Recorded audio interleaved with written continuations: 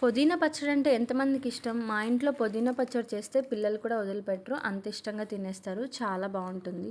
కడాయిలో ఒక గరిటె ఆయిల్ వేసుకొని, హాఫ్ స్పూన్ మెంతులు, ఒక స్పూన్ ధనియాలు, ఒక స్పూన్ జీలకర్ర వేసుకొని బాగా వేయించుకోవాలి. అందులోనే కారానికి తగినన్ని పచ్చిమిర్చి కూడా వేసుకొని వేయించేసి పక్కన పెట్టుకోవాలి. అదే కడాయిలో ఒక గరిటె ఆయిల్ వేసి కడిగి ఆరబెట్టిన పుదీనాను కూడా వేసేసుకోవాలి.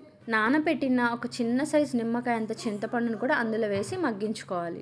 పుదీనా ఈ విధంగా చక్కగా ఫ్రై అయిపోవాలి. ఆ తర్వాత రోల్ని నీట్గా కడుక్కొని అందులో ముందుగా పచ్చిమిర్చి, కల్లుప్పు, చింతపండు వేసి మెత్తగా దంచుకోవాలి. ఆ తర్వాత అందులోనే పుదీనా కూడా వేసుకొని మెత్తగా దంచేసుకోవాలి. పుదీనా నలగడానికి కొద్దిగా టైం ఎక్కువే పడుతుంది. పుదీనా నలిగాక పక్కకు తీసుకొని ముందుగా వేయించి పెట్టుకున్న ధనియాలు, జీలకర్ర, మెంతుల్ని దంచేసుకొని అందులోనే ఒక 4-5 వెల్లుల్లిపాయ రెబ్బలు కూడా వేసి దంచేసుకొని పుదీనాను కూడా మిక్స్ చేసేసుకోవాలి. ఆ తర్వాత ఇంకా తాలింపు వేసుకోవడమే. తాలింపు వేసుకోకపోయినా బాగుంటుంది. తాలింపు వేసేసుకొని అందులో కొద్దిగా పసుపు వేసుకొని పచ్చడిలో కలిపేసుకుంటే పుదీనా పచ్చడి రెడీ.